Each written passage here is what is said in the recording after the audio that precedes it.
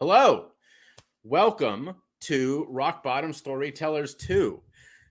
Thank you. If you are already watching, you are very prompt. You're very on time, and I appreciate that. I'm the same way.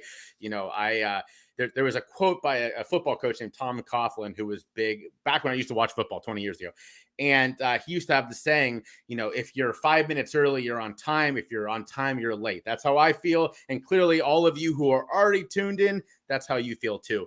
That being said, we're going to give people a couple minutes to tune in. So grab your popcorn, your drink, whatever it is that you're enjoying tonight, get comfortable, and I'll be back in just a couple minutes to start this thing off.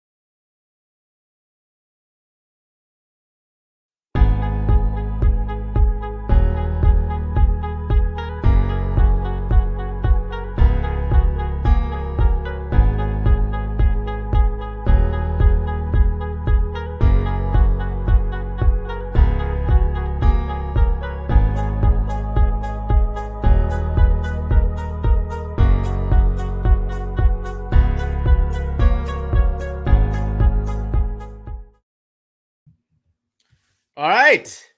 Welcome to Rock Bottom Storytellers 2. For those of you who tuned in to the first Rock Bottom Storytellers back in January, you already know this, but for those of you who are new tonight, very briefly, the whole point of this storytelling event is twofold. Number one, it's to normalize talking about struggle because we all go through things, right? And as the name suggests, everyone who is telling their story tonight has been through some sort of a rock bottom. a struggle point that really launched them back upwards and launched them on a new path. And I personally have been through that before. I'm a guy in long-term recovery who struggled with my mental health. And, that was the idea behind this was when I was at my lowest point, I felt that there was nobody else to reach out to, no one that I could talk to. And of course, that wasn't true because that's never true. There's always people in our lives, but I felt that way. And so that's the second point. It's to end that stigma. It's to help people know that they can just talk about this, that they can reach out to other people and say, hey, I'm really going through something and I could use some help right now. So those are really the focuses of tonight. Now, the way that this works, we have four storytellers, four incredible storytellers. They're not speakers. Actually, a couple of them are, but that's not what tonight is. Tonight is instead storytelling. You're not going to hear the speeches that people like me get paid good money to tell. You're going to hear our honest stories, the vulnerable stories. And the goal of this, the goal of hearing those stories is to be entertained because stories are fantastic and we all love them. But it's also to show that empathy, to be vulnerable and connect with each other. So please, if you like what someone says tonight, reach out to them because they're not getting paid to be here. They're doing this because they truly believe in this. They truly believe in helping end the stigma and normalizing these conversations. A couple notes before we begin. I am your host, Jay Schiffman. I'm the founder of Choose Your Struggle. And I couldn't do this tonight because I don't make anything doing this, right? And in fact, to have this host and do all this kind of stuff, it costs money. And I do have a partner tonight, so I got to give a shout out real quick to Roadrunner CBD. They're an incredible CBD company in New Mexico. They make all sorts of CBD products. And if you look at the bottom of the screen right now, there's a link there. And if you go to that link, that lets them know that I sent you. But here's the best part. If you use that link and my personal code, which is CYS, you're going to get 10% off at checkout. Now, I wouldn't, be pushing this on people if I didn't believe in it. And as my wife can attest, I love their products, and they have a muscle gel that it's changed my life. Like I don't want to call it a miracle cure, but it's pretty damn near close. I used to be in so much pain. I couldn't run that long. I got really hurt when I ran a half marathon about 6 years ago. And I started using this muscle gel and I'm regularly running 5-6 miles again. It's incredible. So check it out. And thank you, Roadrunner. I really appreciate it. Thank you for being our partner tonight. So as I said, there are four storytellers tonight, and you're going to hear two of them, and then we're going to take a break. There's a musical guest that I'm going to introduce when it's time, and then we'll come back with two more. So please stick around. If you're watching this on Facebook, YouTube, LinkedIn, or not LinkedIn, on Twitter, you can comment, and I will actually be seeing those. I'm looking right now, and if you comment, you may see your comment up on the screen. So if you're liking something, definitely let us know. And like I said, reach out to the storytellers because they're all incredible people who have done amazing things with their life. They're doing amazing work. That's why we're here tonight, because all of these people are that truly incredible. So thank you for tuning in. Like, seriously, thank you. You could be anywhere doing anything tonight on your Wednesday night, and you're here watching these vulnerable stories. So thank you. It really means a lot. So without further ado, I'm going to bring up our first storyteller. You're going to hear more from me throughout the night, but this isn't about me tonight. I do a lot. I'll tell you about it. Don't worry. But we're here for these incredible storytellers tonight. And the first one, the reason she's going first, I didn't tell her this, but the reason she's going first is because none of this would be possible without her. And I mean that, right? There's two people. Seriously, there's two people beyond my wife who's incredibly supportive, and I couldn't do this without her. But the literal career path that I'm on is thanks to two people. Number one is Sean Braley from Cincy Stories. If you watched the Day in the Life, the other storytelling event that I do last week, you saw him tell a story and you heard me gush about how incredible he is. He gave me the opportunity in 2015 to tell my story for the first time. And here I am 6 years later doing this work for a living. But that's kind of glossing over a big period in here where I was doing other work. I was doing fundraising for nonprofits. I was working in politics. And I liked my job. I did. I liked my job, but I wasn't fulfilled. And one person helped me realize that. And one person helped me realize that I was already doing on the side what I wanted to be doing for a living, and that just being scared to take that leap wasn't a good reason not to do it. So here I am, thanks to that person. And her name is Zavo, or Job Joy, as most of you probably know, because that is her incredible brand. It's her amazing best-selling book. I'm just so lucky that I get to count this person as a friend, as someone who's had such an incredible influence on me. And now, not only was she on my podcast last year, by the way, she was my first guest, so thank you for that as well. But now she's going to grace us with her story tonight for Rock Bottom. So I'm going to go ahead and bring the incredible coach, Kristen Zavo, up here to the floor. Hello. Hello. What an amazing intro. Thank you so much, Jay. I am honored to be here. And thank you to everyone who is tuning in, whether live or on the replay later. Thank you for being here. I'm going to go ahead backstage and give you the chance to wow everybody. But everyone, enjoy this story, and I'll be back with you afterwards. Okay. As Jay said, my name is Kristen Zavo. I'm a career coach and the author of Job Joy, and it is my mission, my purpose to help high achievers to really build careers they absolutely love, whether that's redesigning their current role, whether that's getting a new job, completely changing careers, or as in Jay's case, launching your own business. And, so let's actually just dive in. I'm going to take a pause. If this is success, I want no part in it. These were the words in my mind when I was sitting in church not that many years ago, when I was living in New York City. And on Sundays, I would go to this little chapel in Times Square called St. Malachy's. And this was pre-COVID. So they would pack us in like sardines. I remember the smell of the incense mixed with the smell of New York City coming in.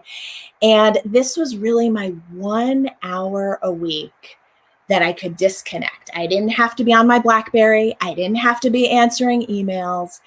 And there I was, trying to get refuge. And all of a sudden, the tears started coming. I had no idea why. Where was this coming from? I didn't think I was upset about anything in particular, but I was mortified because I am not a pretty crier. I get red, my eyes are bloodshot, I get stuffed up. So there I am sniffling and crying and trying to control myself in the middle of Mass. And as I sat there waiting for everyone to stand up so that I could make my escape, I just remember sitting there and saying, if all of this, New York City, my high profile career, if this is success, I'm done. I want no part in it. And if you were on the outside looking in, you would have no idea what was going on inside my mind. From all outside measures, I was successful. I had a high profile job as a financial consultant working on some of the biggest bankruptcies in history. I was making really good money. I was living in New York City in a fancy high-rise doorman building. I was going to the trendy restaurants. I was wearing the fancy red bottom shoes. But I was the most unhappy, the most lonely I had ever been in my entire life. And how I got here was by following the rules. I got good grades. I went to college. I went to grad school. I got my first job as an investment banker, and then that led to consulting. I was doing all the things that I was told I was supposed to do. I had everything that I thought I wanted, and yet I was so unhappy, and I didn't understand why. And so I started to look outside of myself. What was the problem? Was it this consulting project was terrible, or that boss, or maybe I deserve to be promoted faster, right? Or maybe if I just got one more certification, then I can get another job where I could make more money, and maybe then I would be happy. And all those years literally, of searching, blaming, trying to find the reason I was so unhappy, it was really resisting the truth. It was resisting the truth that the job I was in, the lifestyle I was in as a consultant, working 80-hour weeks, traveling 5 to 6 days a week, it was not aligned with the life I wanted, with what was important to me, with what I valued. And I wasn't ready to admit that. So I kept on pushing. I kept on surviving, thinking maybe it would get better, holding on to hope. And after a few years of this, my body started to rebel. I had no health issues up to this point, and all of a sudden I was getting these debilitating migraines. And I'm not just talking about a headache. I'm talking about knock you out in bed, can't even move your head from side to side migraines. And I remember seeing a neurologist who specialized in headaches, in migraines in New York City. And we tried everything. I was up to 8 medications per day, everything from a caffeine pill to a nose spray to there's a pill you take when you think you might be getting a migraine, and then there's a pill you take immediately on the onset, plus a whole bunch of supplements. I was doing acupuncture, and none of it was working. And I kept going back to her, and she pulled out this whole list and she said, I can take you through this whole list of medications. And by the way, the next thing that was on that list was injections of Botox into my scalp. Now that scared me, plus a whole bunch of scans. And she said to me, I can bring you through this whole list. And unless you make a big change in your life, in your day-to-day, none of it's going to matter. And I said to her, what do you mean? And she pulled out her prescription pad and she wrote me a prescription that I was supposed to give to my boss that said, Kristen requires 8 hours of sleep and access to good quality food. Now, right now, where I'm sitting, that sounds ridiculous. Of course, right? We all deserve that. And at that moment, that seemed absolutely impossible. I would have never shown my manager that.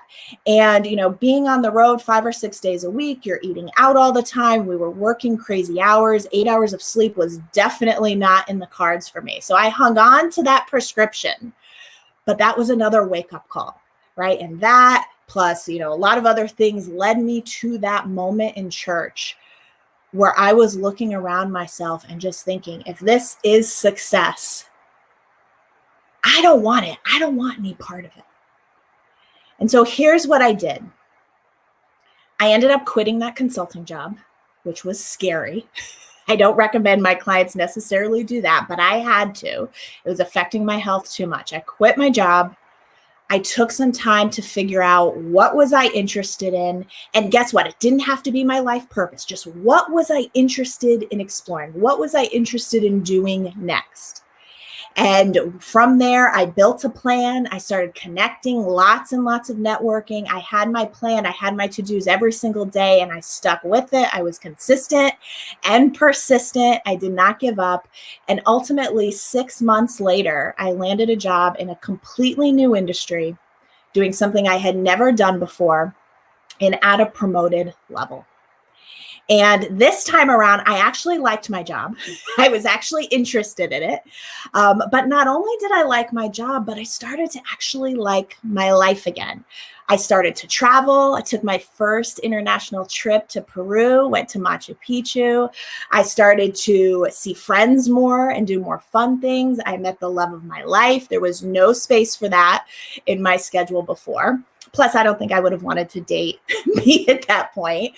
And, I had a life full of freedom and adventure. And those were the values and the priorities that simply were not possible for me as long as I was stuck in that career. And I believe that we all deserve this. We all deserve to love what we do, to know that we're making an impact, to be valued and appreciated, to be seen, to be heard, and not just to be fulfilled at work, but fulfilled in the rest of our lives. I also believe that everything we've been through, everything you've been through, everything you're going through, even now, is preparing you for the next big thing, for what you are meant to do. I could have never known it in that moment in church, right? And it seemed crazy. And then I changed careers and I was worried about my resume and all these changes, jobs and careers, but it all was leading me to this day where I can coach people from these different perspectives, where I've had these different experiences. And so for you, your rock bottom might not be crying in church. It might be crying in the frozen food aisle at the grocery store. It might be parking lot panic attacks as you're willing yourself to walk into the office. It might be low-grade depression or just a feeling of being stuck. But whatever that is for you, I want you to know, I want you to trust, I want you to believe that you always have a choice.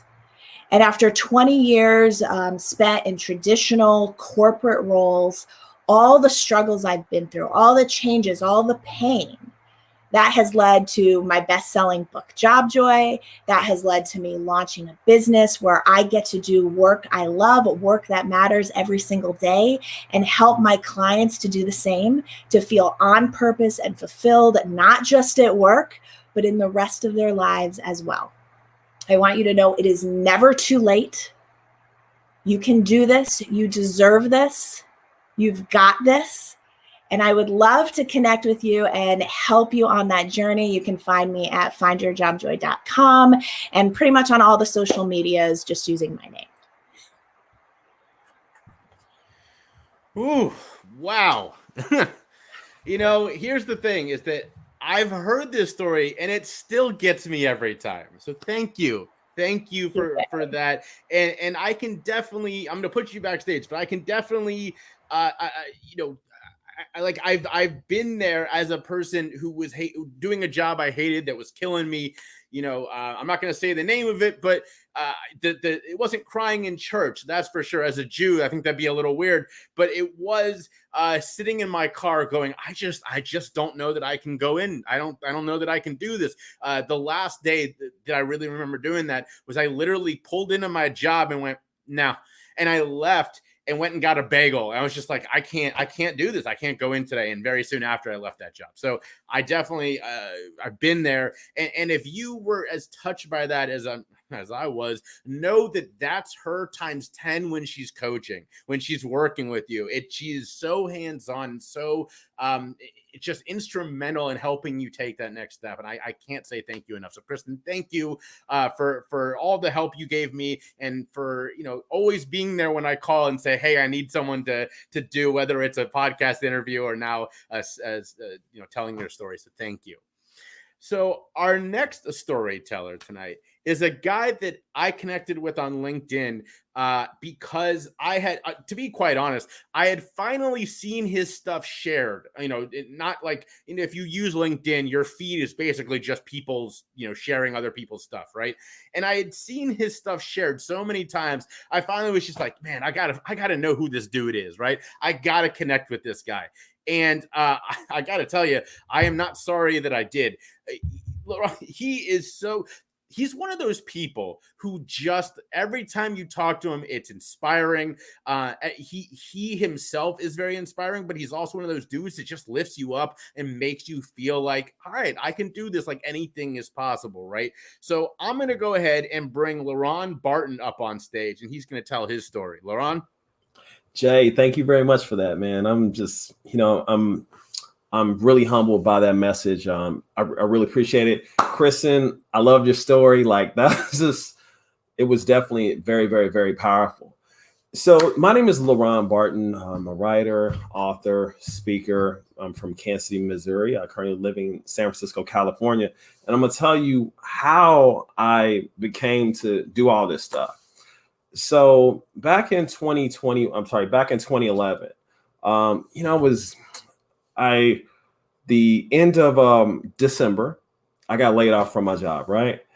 And it was like, job kind of sucked, but I don't have any money, and it's a couple of days before New Year.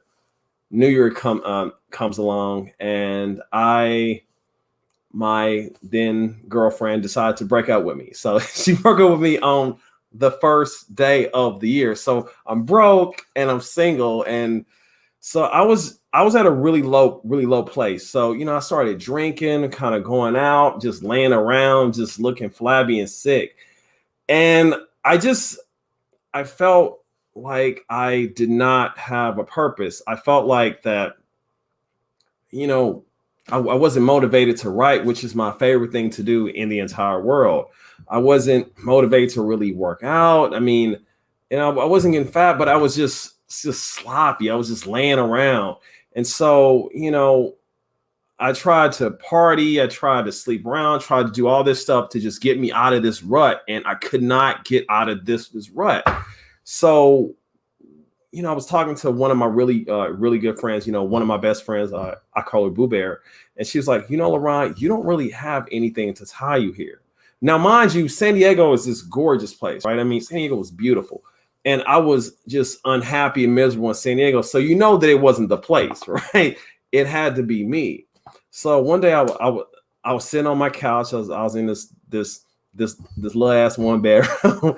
And I was like, LaRon, what makes you happy? And I said, well, writing and traveling makes me happy. And I said, okay. Because again, writing is my favorite thing to do in the entire world. It's it's the best thing that I know how to do. And I feel like that if I don't write, I'm not who I'm supposed to be. And traveling it gets me, it unleashes these juices that I cannot describe. So, what I did was I decided to just like shake things up. I decided to bet on myself. I decided to trust and steep in my faith and trust and believe in God. And so I decided to say, you know what? I'm about to backpack. So I, left my apartment. I sold a lot of stuff, gave more stuff away. I sold my big arcade game that I worked really hard for, because every kid wants to have an arcade game when he grows up in his house. I moved in with my friend Simpson, in a bedroom, and I just, I decided on like, all right, where am I going to go? So, I've been to Europe, I've been to, Panama, I've been to Peru, did Machu Picchu. I also went to Costa Rica, but I want to do something different. And I realized that if I'm a backpack, I'm going to be gone for a long time. So mind you, I don't have a place. I'm at a place to stay. I'm effectively homeless. So I'm talking with some friends of mine, and we decide, all right, instead of going to Colombia, which is the kidnap capital of the world, as they said, I decided to start my journey in Honduras, which is the real kidnap capital of the world. So the day that I left, I got on a train leaving San Diego, and I took the train to go to Los Angeles. And then from Los Angeles, I flew into San Pedro Sula. So the thing about backpacking for a really long time is that it's a mental block that, you have to get over the fact that, okay, everything's in storage. Your life is effectively put on hold. You are homeless. And so I started out in San Pedro Sula, which is a very dangerous part of town. I mean, I never seen so many guns in my entire life. And I'm from the ghetto. So, got a chance to really move around with the folks. Then went to this beautiful island called Utila. And Utila is gorgeous. I mean, it's this small place. It's just full of just black and brown people, and it's hot. I mean, Honduras is hot, and it's so hot. I would get there and wake up in the morning, work out, go get some water because the water was not safe to drink. Eat my breakfast and my banana shake. Then I would go to the beach and I would get into the water because by noon it was so hot that you couldn't even walk on the sand. Like, it was that hot. From there, I started to kind of think about my life and started to kind of think about, where I was, why was I so unhappy? And, I began to write a little bit. I had a journal, and, I began to write and write and write. And one of the things is that I always said, well, I'm going to write a book. I'm going to do this. I'm going to do that. But it was, I'm gonna. And so by pushing myself out of my comfort zone, I started to write a little bit, every single day. I write more and more and more. So after Utila, went to Tegucigalpa, which I believe is the capital of Honduras. And then from there, I went to Nicaragua. So Leon is this gorgeous place. It's one of my favorite cities in the entire world. I ate good, hung in this awesome hostel. I got a chance to meet really cool people. We're trading stories, and I'm slowly but surely kind of raising myself out of this depression that I had. I then got a chance to go to this beautiful island called Las Penitas. And it was so beautiful just seeing fishermen and seeing people just living this super awesome life. And it was no kind of TVs, no, no fancy cars. I mean, just people just living and breathing. And even though I end up getting food poisoning from some fish, it's all good. I rolled with the punches. And then from there, I took this tumultuous chicken bus ride to Samar Beach, Costa Rica. From there, I began to work at a hostel.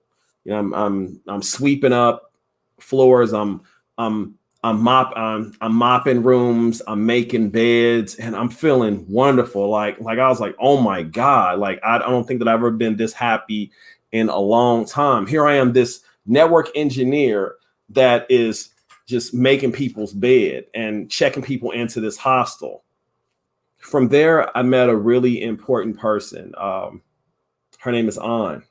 Beautiful, wonderful person. We became really good friends, Ann, Andy, and I. And so, we traveled from Samar Beach, went back to Nicaragua, hung out. By then, I was writing more rapidly. I darn near finished a book and was working on another one. And in my 7 weeks time of backpacking, I got a chance to clear my head. I got a chance to really look at and to realize what was important in my life. And what I had to do was I had to raise myself out of that. I had to start believing in who I was. So I came back home, got a chance to be in my friend Armando's wedding. And when I had lunch with my friend Chris, he asked me, he's like, LaRon, why did you come back? And I said, because I had to come back. From there, I moved to San Francisco. Well, actually Fremont, because I didn't know what East County was. 6 months later, moved to San Francisco. Shortly after, published my first book, Straight Dope, a 360-degree look into American drug culture.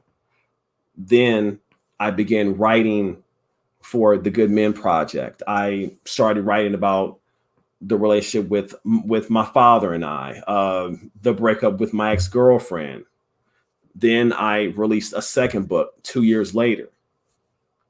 Then after that, I began writing essays. These essays would appear in Salon, Ravishly, Raconteur, East Bay Express. Eventually, I was invited on Al Jazeera. I'm writing for the Harvard Business Review. I believed in myself enough to apply to a TEDx, and I would go on to do 3 TEDx's. The thing is that I bet on myself. I realized that I needed to shake things up.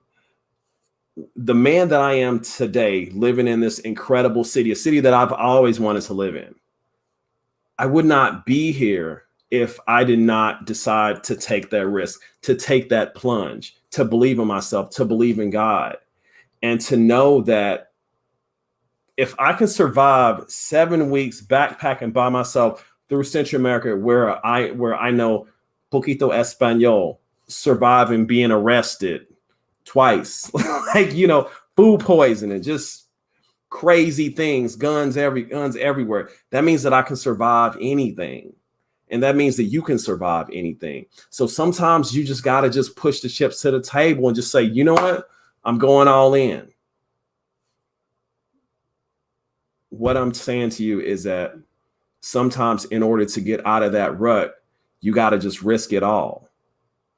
And I'm very confident that more often than not, everything will come up green. This is LaRon Barton. You can find me at www.laronbarton.com.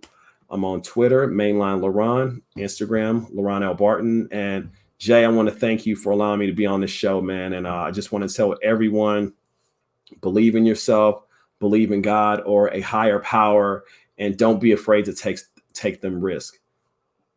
It can't rain all the time. And my life is better because of it. Thank you. Yes. Wonderful. LaRon, thank you so much. I'm going to go ahead and put you backstage again.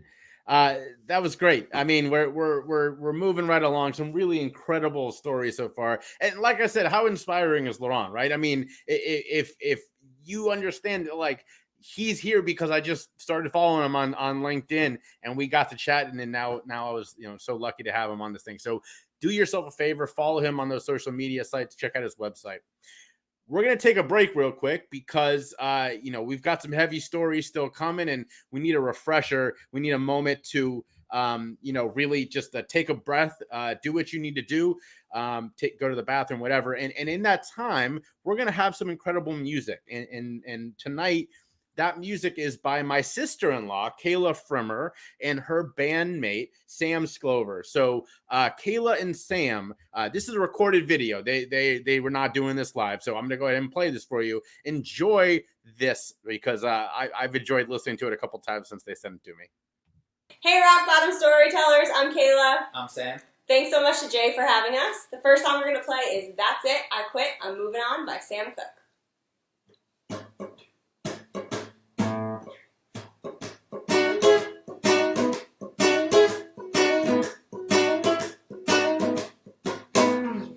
When we used to say goodnight, I'd always kiss and hold you tight, but lately you don't seem to care. You close the door and leave me standing there. Oh, honey, that's not fair. That's it, I quit, I'm moving on. The other night I had a date and you showed up 2 hours late, and though your hair was not in place, somebody smeared their lipstick on your face. Yes, you smeared it everywhere. That's it, I quit, I'm moving on. Oh, you made me want you, you made me need you, you made me stumble and fall. But if I can't have you the way I want you, I don't want you at all. Baby, I can take a lot, cause I love everything you got. Though your kisses fill me so, if you got someone else, I got to go. That you know. That's it, I quit, I'm moving on. That's it, honey, I quit, I'm moving on.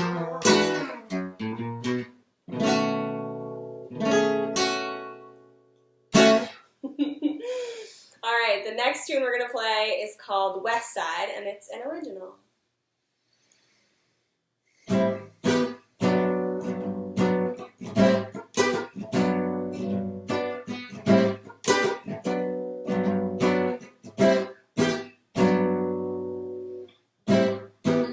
Fall by the wayside, move to the west side.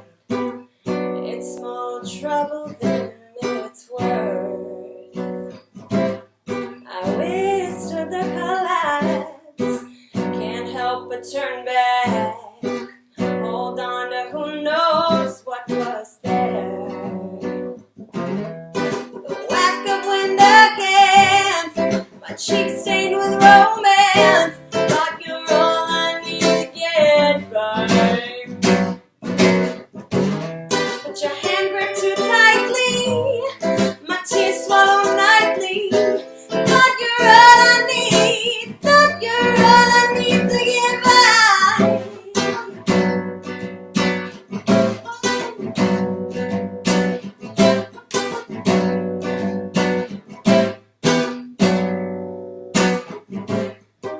Woke up to springtime, reminds me of your eyes. but I always did like fall. As the leaves keep falling, I pray you're calling. Hold on to who knows what was there. The whack of wind against my cheeks stained with romance. Like you're all I need to get by. But your hand gripped too tightly, my tears swallowed nightly. Thought you're all I need, thought you're all I need to get by. Oh, thought you're all I need to get by. Woke up to springtime, reminds me of your eyes. But I always did like fall. No matter what the season, I don't need a reason to let go of who knows what was there. The whack of wind against my cheeks stained with romance. Thought you're all I need to get by. But your hand gripped too tightly, my tears swallowed nightly. Thought you're all I need, thought you're all I need to get by. Oh, thought you're all I need to get by.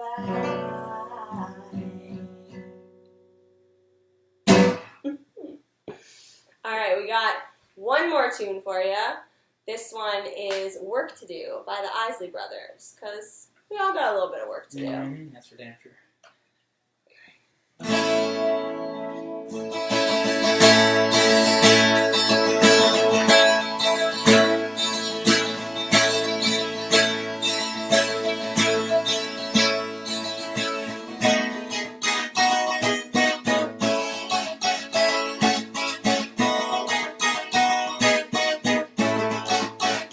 Oh, I'm out here trying to make it.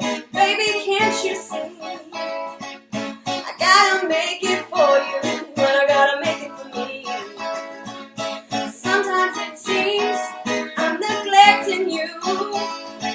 I'd love to spend more time. I got so many things to do. Oh, I got work to do. I got a job, baby. I got work to do. Said I got work to do.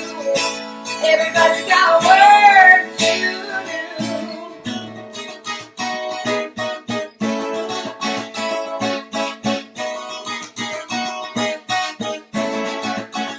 Oh, I'm out here trying to make it. Baby, can't you see? I wanna make it for you, and I wanna make it for me. So keep your love light burning, and a little fruit hot in my plate. You might as well get used to me coming home a little late. Oh, I got work to do. I got a job, baby. I got work to do. Said I got work to do. Everybody got work to do.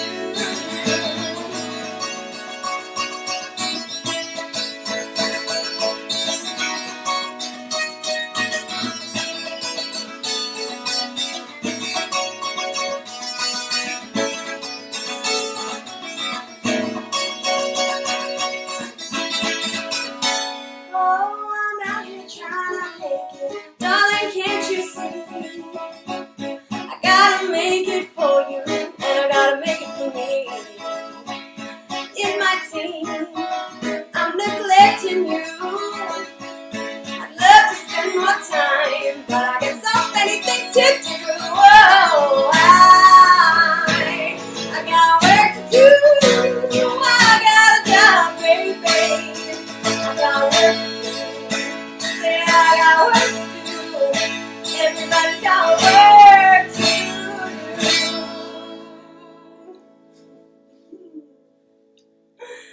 Thanks so much. All right, we're back. No idea about the lag. I don't know. I think this platform that I use is wonderful. It is. I mean, obviously, it's working great. It's newish, and they're still working out some kinks, so that could have been it. Actually, perfect example. My wife popped in here during the break and said, "I'm watching this on two different platforms on YouTube and on Facebook, and the number of people who are watching is different on both sites. So ignore that." Last time, perfect example is they said no more did that number get higher than 20 last time, and the total of people who watched it live was over 200. So who knows? I get a little notice tomorrow that says here is the info on your event. So who knows? Real quick, before we bring on our next storyteller, first off, thank you to Kayla and Sam. Again, I'm sorry that the video lagged, but your voices, in the guitar and everything sounded wonderful. And if you're interested in their music, check them out around New York. That's where they are right now. And I asked Kayla if she wanted some links shared, and she's like, "Yeah, it's cool." So, search for them somewhere. Before we get to the next storyteller, I am going to do a little more promotion about me. So as you can see up on the screen right now, once again, the Roadrunner code and the link, please go to that link, check out their products. I can't say enough good things about their products. Really, they're incredible. My links are at the bottom below that. I am a storyteller, a speaker, a podcast, and event host. And I don't make a lot of money off this, which is okay. That's not why I do this, but there are a couple ways you can support. If you go to that j.campsite.bio, it's all of my links, or go to my website, jschiffman.com. I have my Patreon. If you want to support the podcast and this kind of work, plans start as little as $3.34 a month, and you get some perks. So check that out. I also do sell merch. I'm going to go ahead and hold this up if you can see it. So this is a tank top. I'm not doing this well. I'm not Vanna White. I'm not a professional at holding things up on screen. So you can buy tank tops. This is the woman's cut. I do have a unisex cut as well. I also have stickers, and that's the merch. I don't really sell a lot, but I do have a couple more coming along the way once I sell some more of these. And check out the Patreon. But most importantly, subscribe to all my links, my Facebook, my YouTube, my LinkedIn, where I do a lot of my work, my website, and most importantly, above all of that, is my podcast. Check out the Choose Your Struggle podcast wherever you listen to your podcast, Spotify, or iTunes, who listens to anything other than that. Check that out, because that is a lot of my work dedicated to ending stigma, to telling stories, and normalizing struggle. That's what I do. So without further ado, enough about me, because again, this night is about me. So the next storyteller is someone he writes for, in my opinion, and I do this for a living, so my opinion carries some weight. He writes for one of, if not the best publication on drugs, drug use, drug policy, harm reduction techniques in the world. I truly feel that way. It's called Filter Magazine. It's an online publication. I am a donor. I should say that, because they're a nonprofit. I had the founder and the editor, Will Godfrey, on my podcast. But I reached out to this person who is just transcendently amazing, because I love his work. It hits home. It is honest. It's vulnerable. And above anything else, it's truthful. And we don't have a lot of that when it comes to reporting on drug use, on drug policy. There's a whole lot of politics, a lot of bullshit wrapped up in it. ML Lanzalotta has no time for that. He is all about the most important things: the truth, the facts, the honest vulnerability. So I'm going to go ahead and bring up ML, and he can tell you more about it himself.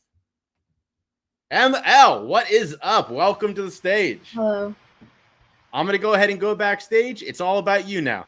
Good. Hello everyone. I'm, primarily a writer and essayist, sort of. And this story is not about drugs. This is, decided to talk about something different for once.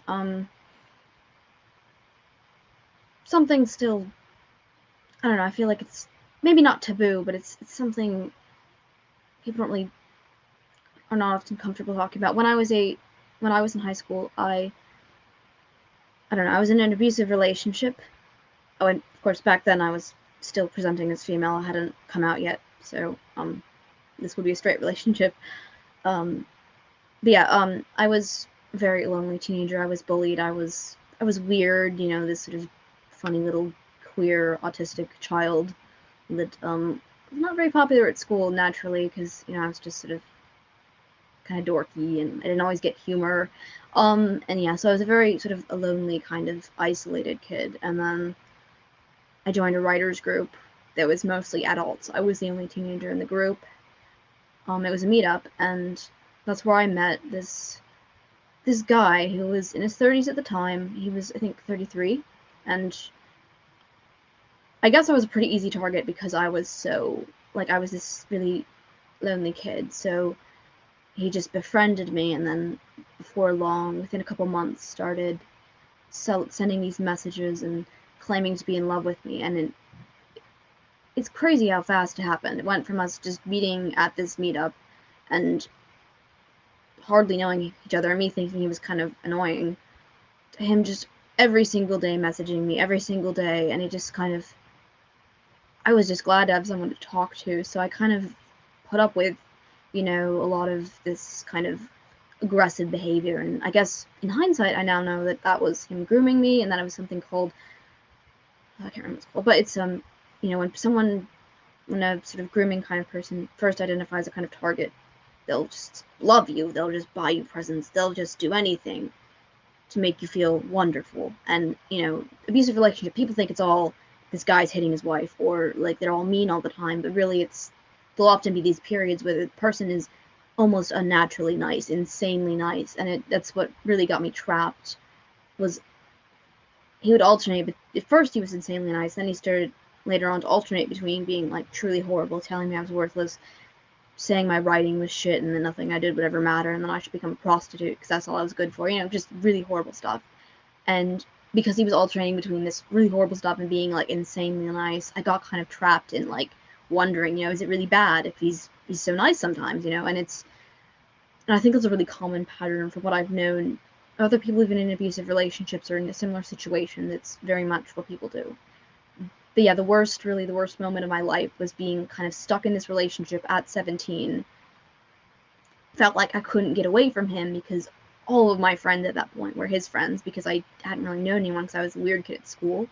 And all of his friends were his friends, and they all seemed completely fine with the fact that he would take me to movie nights and grope me and stuff and act like we were like boyfriend and girlfriend, even though he was really old, and at least really old to 17-year-old me. And the fact that they didn't seem to see anything wrong with it, or no one else really acknowledged, also made it kind of worse. It was like, I think the most isolating experience of my life, the most lonely, was just being in this relationship with this person. And really for a long time I did feel like there was no way out, and that I was just going to be stuck with him, and I forever, I guess, which is ridiculous, but I was pretty young at the time.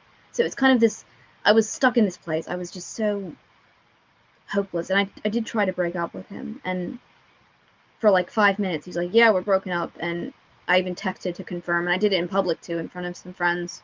But yeah, the next day he just pretended nothing happened, and that, I think, was probably the worst moment of all. Was just, he completely took the power from me, and he didn't even have to like threaten me or anything. He was just manipulating me in this way, and I probably would not have been able to get out if I had not, if I had not had friends and people I could talk to, because, oh god, that explained that badly. No, but it was very isolating, very lonely, and for some time I did feel like I would never get out. And by then I was 18, and it was the summer, and finally I had to do it all alone, get away from him, because it was just really, I had a couple friends online, people I didn't even know in person, though the only people I knew that he hadn't either become friends with too somehow, or that I hadn't known through him. So it was really kind of like he'd done what a lot of abusers will do and completely isolated me socially. So it was all his friends were my friends.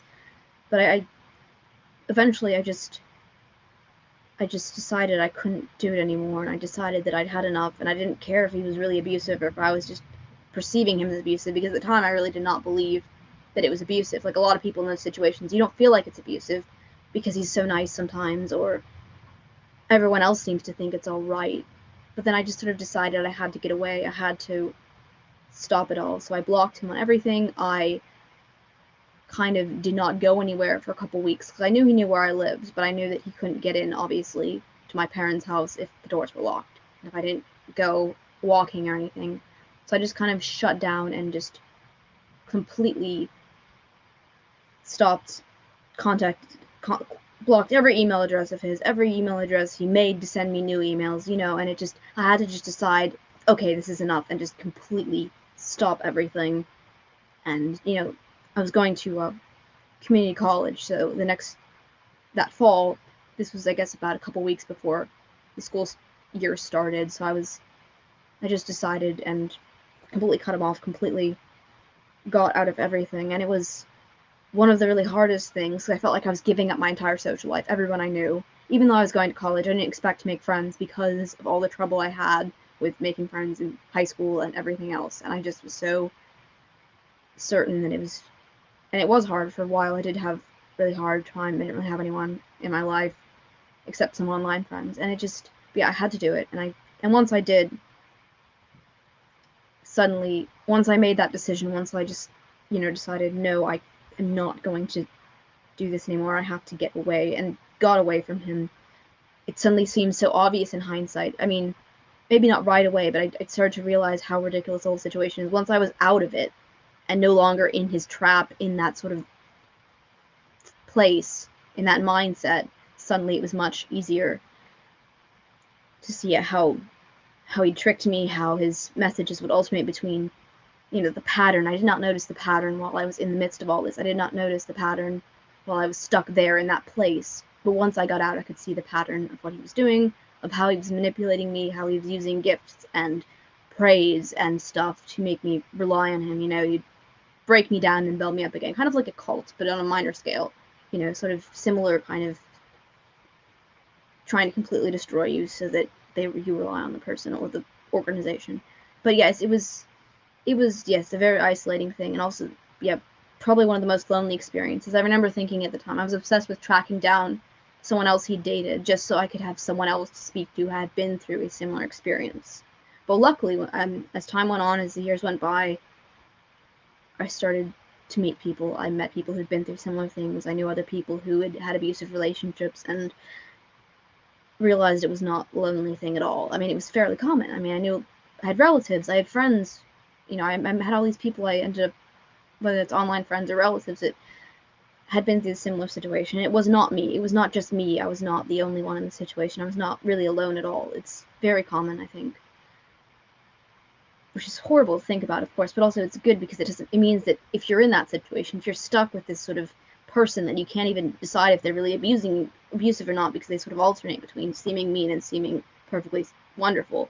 It's not that uncommon. It's not this strange thing that no one else has experienced. It's unfortunately common, but at the same time, there's something powerful about that because it means you're not the only one. And I think that's true about a lot of experiences, whether it's, an abusive relationship, something like that, something external, or something like you have disordered eating, or your drug use is not, it's not quite what you want it to be at. It's maybe not full addiction, but it's troublesome.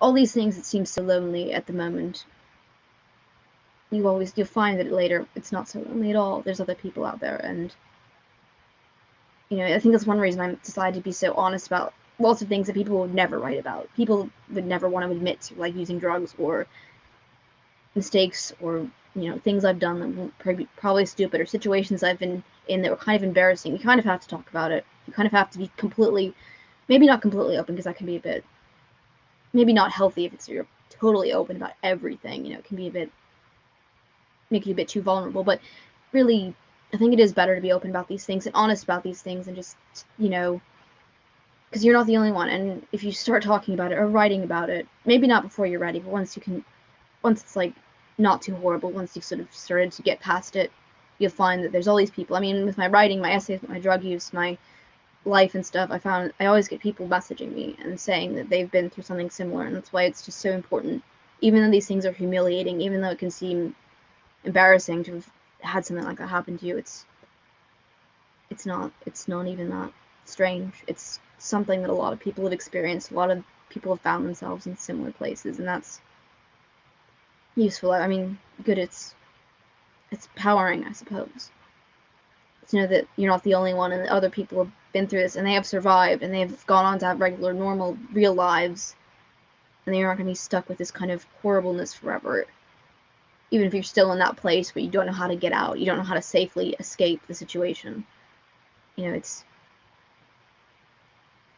still not forever. It's not going to define you for your whole life, especially if you're really young and it seems like that's all you are, is this person who got tricked and taken advantage of.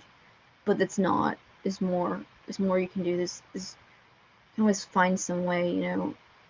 Maybe you'll still be traumatized, maybe there'll still be nightmares, but it's like, that's not all you'll ever be. You can move past that. You can be beyond that, you know.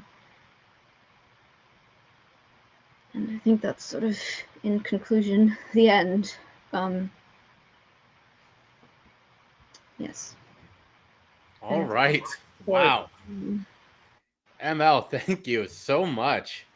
Can you all see why she's such an incredible writer? He's such an incredible writer. If you're not following ML, here, I'll put these up one last time.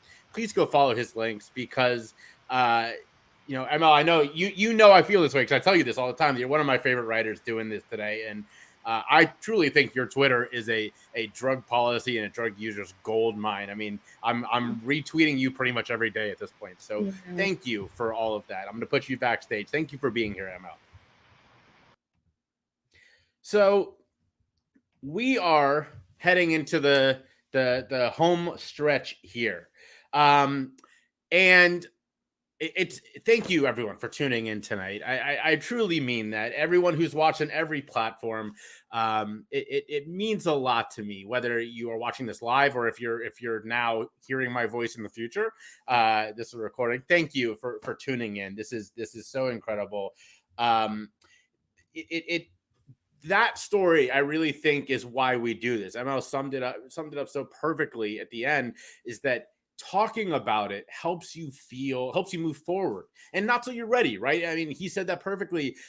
I told my story. I was 5 years into recovery. I just wasn't ready before that. So I thank you. I mean, ML, that was wonderful. Thank you so much. So we're gonna go to our last storyteller now, and I'm gonna butcher the shit out of this name. She knows that, and she's laughing backstage. You can't see her, but it's gonna happen. So she goes by Jani Rad, but here we go. This is my attempt. Nira the Krishnan. God damn it, that was terrible. Jani Rad is wonderful. She runs a couple of podcasts that I love. She is one of those people that like this actually happened recently. We were kind of commiserating over a thing that we both don't like about the podcast industry. And I was like, why don't we just collaborate on a project? And she was like, why don't we collaborate on a project? So that's the kind of person she is. She's like always open. She's like, yeah, let's make something better if something isn't working, if something isn't good. She's a delightful person. I'm so lucky. I don't even remember how we got connected anymore, Jani, but we've been working together a couple times now. I'm going to be on her podcast pretty soon. I'm going to have her swing back around, and here she is tonight telling her story for the final storyteller for Rock Bottom Storytellers number 2. And while she tells her story, I'm going to drink this delicious bourbon because it's been a great night. Jani, come on up to the stage. Hi, Jay. I've just experienced a full range of emotions in the past 10 minutes listening to that beautiful story and that introduction, Jay. So thank you. So I am a professional speaker. That's one of the things that I do. But when I speak, I definitely have a speaker persona, and I'm going to try really hard not to do that for you all today, other than the fact that I wrote down my story. But this is pretty raw. And I have some folks that I've invited to this call that know me that I'm probably going to share some stuff that you didn't know about me. So like Jay said, my name is Jani. And technically, Jani Radmavuri, my current hubs, is now on the call. Hi. And technically, Jani Radmavuri as of this month. And to quote my favorite movie, let's start from the beginning. It's a very good place to start. And maybe some of you would know where that's from. So just like many of you, I was a kid with a ton of interests, and they were really all over the place. I mean, like really all over the place. So like sports, writing, acting, outdoors, science experiments, outer space, music, I mean, you name it. And I was that kid that was in every single club and extracurricular activity you can think of, but I actually enjoyed them. Like they weren't just resume builders. I loved mock trial as much as I loved Math Olympiad, as much as I loved the comedy improv team. And the thing that was kind of in common with all of these things is that I liked doing things that evoked reactions from other people. So applause from an audience, hugs from my parents, and high fives from my best friends. And I really thrived off of this energy. And there came a point where our school program started talking about the standardized tests and the gifted programs and preparing to eventually get into college. And I think this started in 5th grade. I mean, I'm not talking about high school. Like this was 5th grade where we started having these discussions. And so, like I mentioned, I had so many interests, and because I did show an early inclination towards health and science and STEM, my family, including myself, we kind of collectively decided like, okay, like let's become a doctor. And I want to stop maybe some assumptions that might be going through your head. I wasn't forced to become a doctor. That wasn't that kind of situation. It's just, you know, I did have an interest in health and science. And so, you know, a doctor is something that my family knew. And when you have 2 immigrant parents who've left everything and have come to the United States, something like doctor, which you know what that is, you know that it provides stability and safety and prestige, like that's all you want for your kid. So we all just thought it was a great idea. We knew what it was, and it's a good future for your child. So we started very early on to strategize how to get me to that goal. And this goal was something that everyone knew. Like this type of goal isn't something that's meant to be a secret. Your teachers know, your community know, because parents talk at parties to other parents. Your friends know because you're all in the same classes. And at some point, I think I kind of just owned the fact that everyone knows, because then I started a Tumblr to kind of document my journey. I even at that age, I was like, I'm going to be a blogger. And so I was very academically driven, and I wanted to get good grades in school because I wanted that applause, and I wanted those hugs, and I wanted those high fives, because making other people proud of me made me proud of me. So somewhere along the way, I realized that I was starting to develop really unhealthy habits around tests. And I was putting so much pressure on myself to make straight A's so that I was prepared for high school, so that I could get into the AP classes, so that I could get above a 4.0, so that I could get into a good college, so that I could eventually get into medical school. And I think the first time I failed a test was in 5th grade. And it was the standardized test that tested us into the gifted program. And I did so poorly. I mentioned that I have parents who immigrated here, but English was my first language, and I tested as if English was my second language. So my parents and teachers had a conference, and they decided in that moment that the test didn't align with my academic performance. So somehow I got very lucky. I often look back at this and think of what a privilege it was that they gave me a pass because they let me into the gifted program.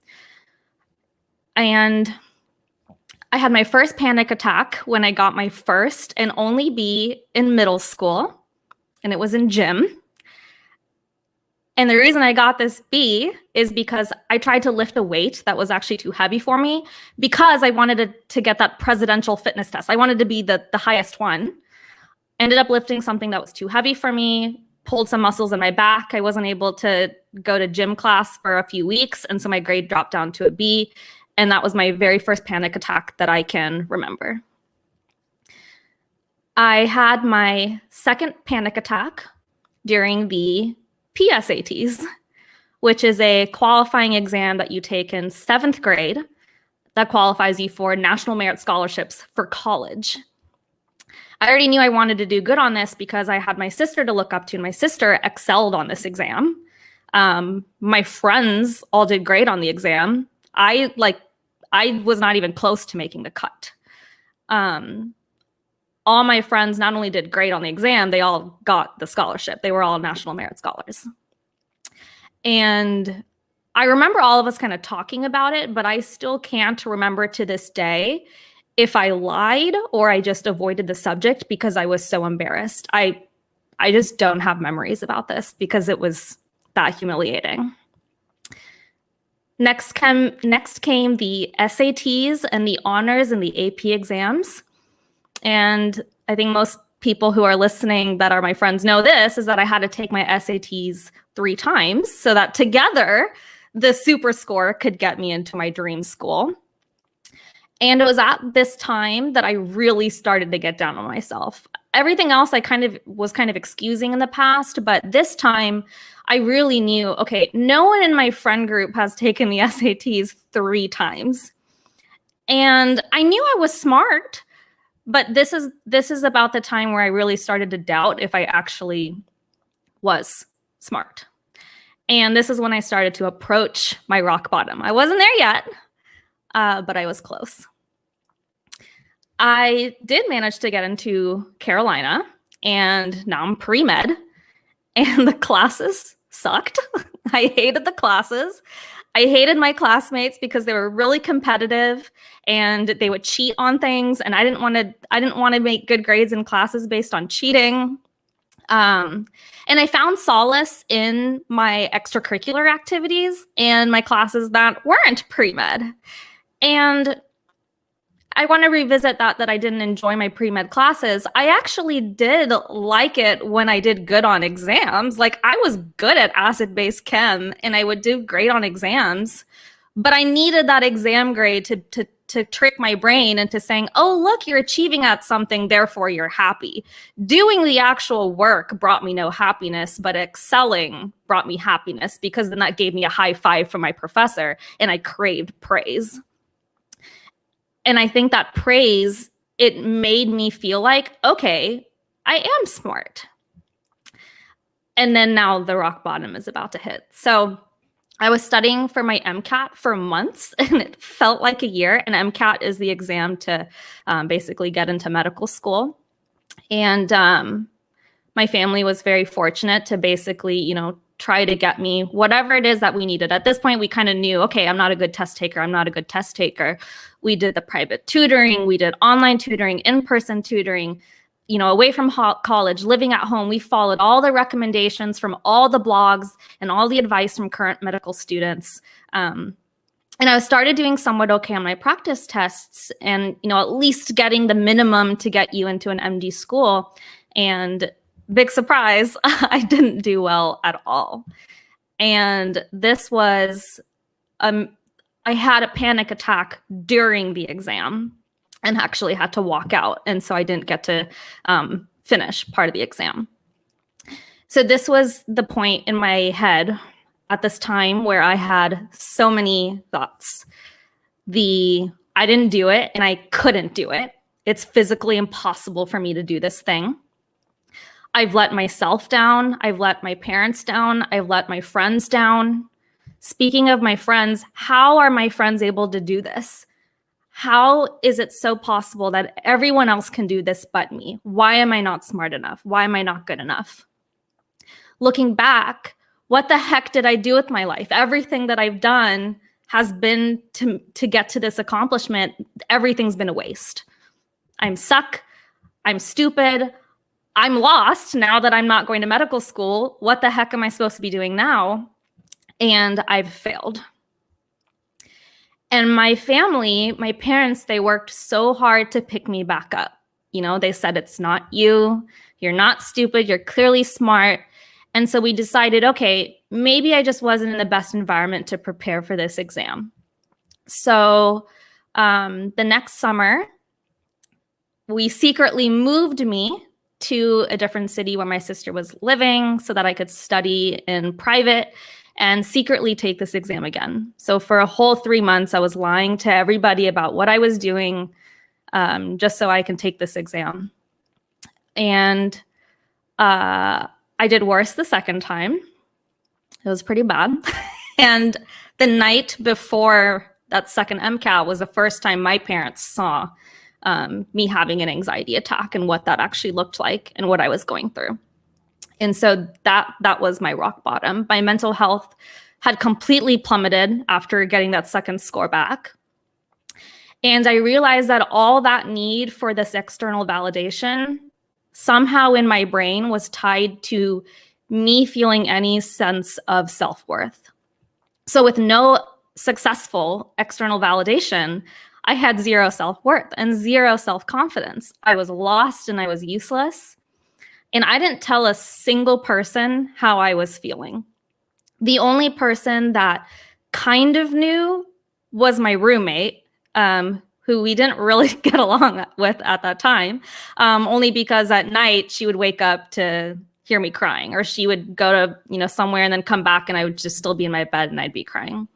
But to everyone else, I put a smile on my face. I continued to study for my classes. I played around with a few majors. And honestly, I just pulled out justifications left and right out of my butt for people who asked me questions. And again, same thing. I can't even remember what lies or how many or who I told. And it's like I have very limited memories of this period of my life around these events. I've just kind of blocked them out.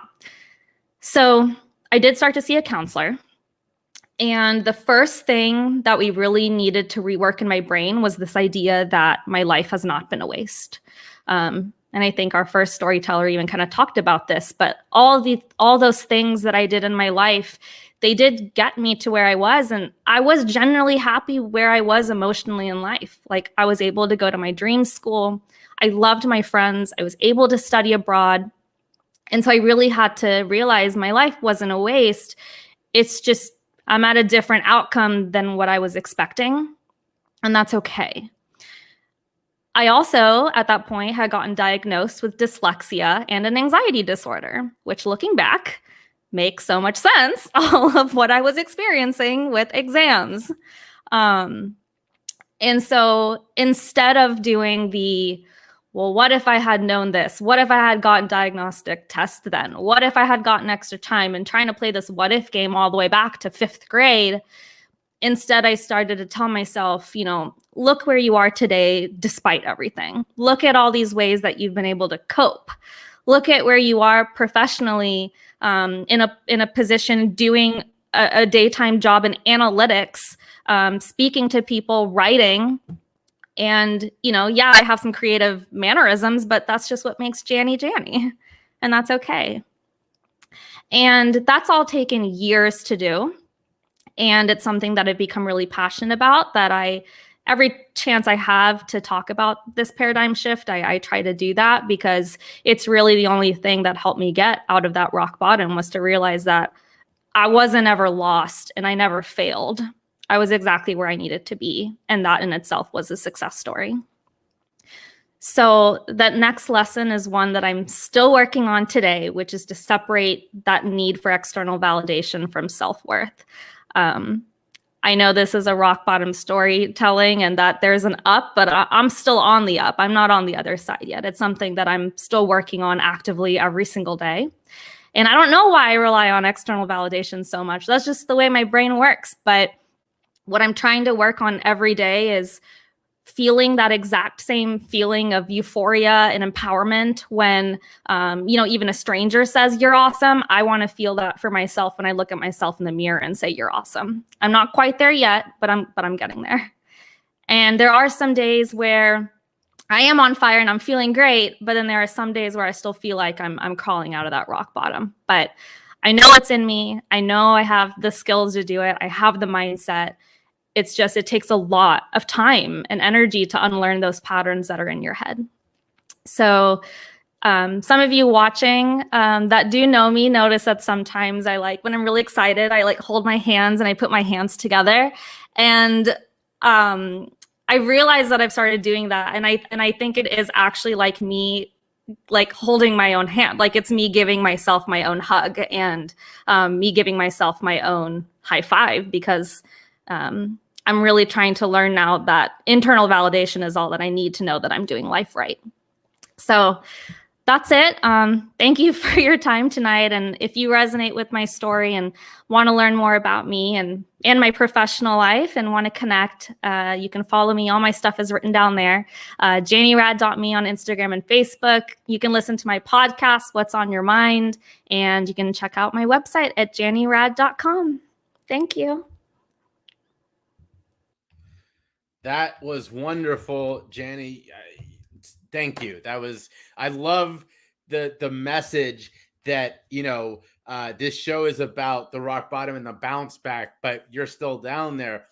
And for those watching who obviously haven't heard the instructions I give to everybody, I tell them that, when I get paid good money to tell my story or to speak somewhere, it's the V shape, right? It's the downfall and then the bounce back. Because what people want is that inspiration. They want that motivation. That's what they pay for. But that's not what we're trying to do with these rock bottom stories. It's the U shape. It's the downfall, but then we sit there for a little bit. That's the point of these rock bottoms. And sometimes it's not a U, it's an L. And maybe it's an L with a little curly Q at the end. You're coming on the way back up. So Jenny, thank you so much for that. And thank all of you for tuning in. This has been a wonderful night of storytelling. I can't say thank you enough. If you're watching this replay, reach out now. If you're watching this live, reach out to one of these amazing storytellers. Reach out to me. My links are at the bottom right now. It's just thank you. That's it. That's the last message for tonight. So I will sign this off the way that I sign off my podcast every single time, which is I say, please be vulnerable, show your empathy, spread your love, and choose your struggle.